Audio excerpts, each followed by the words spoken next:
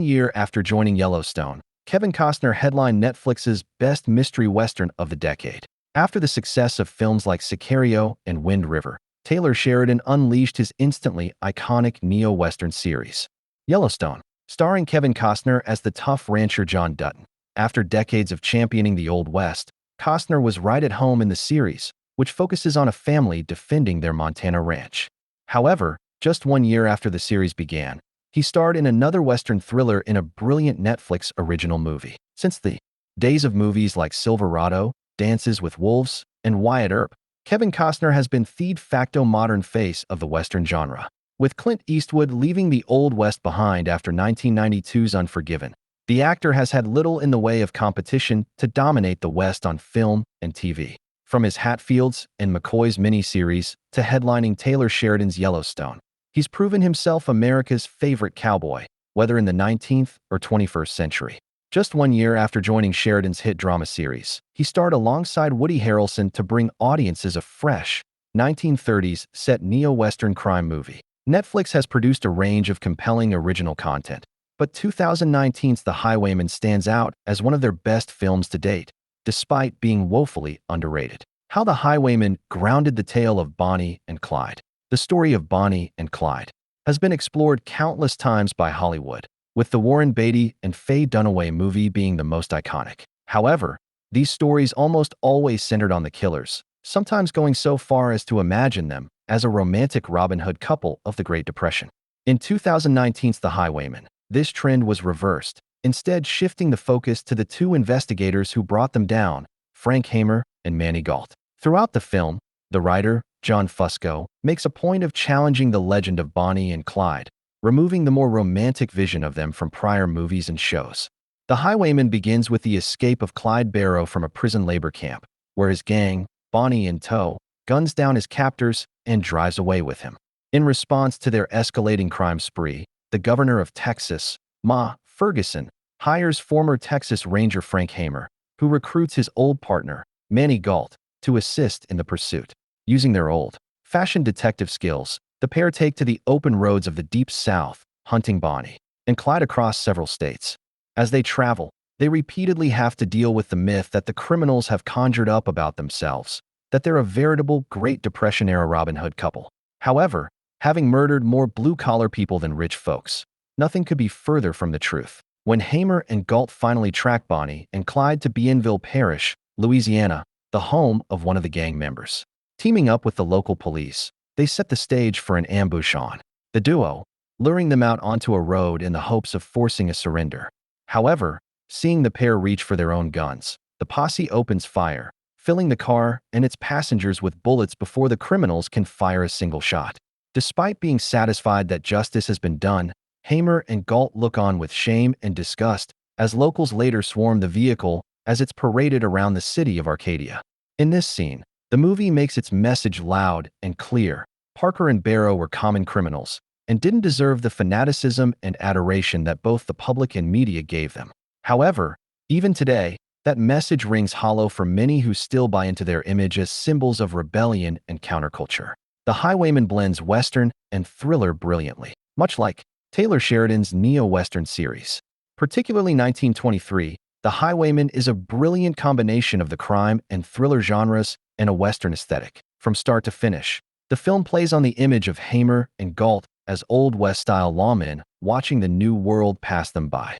When they get back in the saddle, they bring their old-school skills and detective work to the table, proving themselves the toughest and most capable cops around. While the film does downplay the role of other detectives and agencies in the manhunt, it's mostly true that the pair were pivotal in the downfall of the gang. For people who love classic Western tropes, watching The Highwayman is one of the most rewarding experiences there is, particularly knowing it's based on a true story. The love of the genre is made clear throughout, but it's not a work of fiction either. The reality is the manhunt for Bonnie and Clyde really did mirror the classic image of a frontier posse chasing down bandits and killers, two labels that fit Parker and Barrow to a T. From the cops' morally and legally dubious methods to the ending ambush, every element of the story would be just at home in an old-school Western as a 1930s caper. The movie also does a fantastic job of exploring the dynamic and relationship between Hamer and Gault. Despite questioning his old partner's sobriety to the point of not even letting him drive, Hamer nonetheless turns to Gault as the one man he can trust to get the job done with him. At virtually every turn, they both show that, despite their age, they're as tough and capable as they come. When all is said and done, and they've watched the death and frenzy over the criminals, their story ends with Frank trusting his friend enough to drive, signaling the rebuilt respect and friendship between them. For a pair of lawmen often sidelined in Bonnie and Clyde projects, seeing this relationship bloom across the story makes for a great character arc for them both. How the Highwayman deconstructs the legend of Bonnie and Clyde. From start to finish, it's clear that the Highwaymen intend to set itself apart from other Bonnie and Clyde projects throughout the years. One of the most important ways it does this is through never actually showing the faces of the criminals, using perspective to effectively disinter them, even from scenes pivotal to their story. While Hamer and Gault are given the spotlight in most scenes, the audience is only shown glimpses of the criminals, typically showing them from behind to avoid giving them attention. Between Hamer and Gault's commentary on the gang and letting the audience see their activities for themselves, the movie brilliantly peels back the romanticized image in favor of something darker and more truthful. The film also makes a point of showing that, while those less familiar with Bonnie and Clyde might have worshipped them, those acquainted with them were far more grounded in their opinion. The script itself makes a point of highlighting the victims, too, ensuring that the audience isn't tricked into the image of the criminals as targeting the rich during a period of economic desperation. The typical person murdered by them was less likely to be a wealthy banker than a gas station attendant or police officer.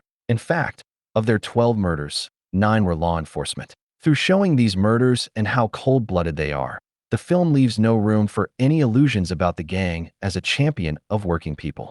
Instead, it shows them to be straight-up murderers. If anything else, The Highwaymen feels like an inversion of the iconic Warren Beatty and Faye Dunaway Bonnie and Clyde movie. While popular culture had already been kind to the criminal couple for years, the 1967 film cemented audience impressions of them less as killers and more as misunderstood lovers caught up in a cycle of crime. Here, the crime duo were presented as symbols of the 60s counterculture movement, written to be relatable and likable despite their horrendous acts. With A-list actors playing them and a script that represented them more as tragic antiheroes than anything else, the film was a divisive release at the time.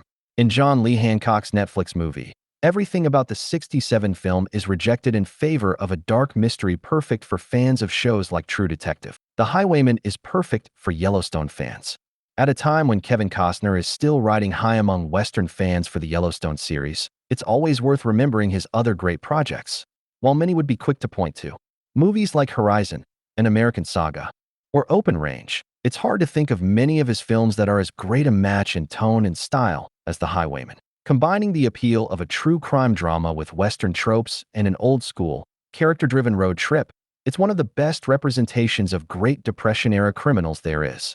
Despite being one of the best public enemies gangster movies of the last decade, John Lee Hancock's Netflix original is tragically underrated. Since Clint Eastwood stepped away from the genre in 1992, Kevin Costner has successfully established himself as Hollywood's biggest champion of the Western.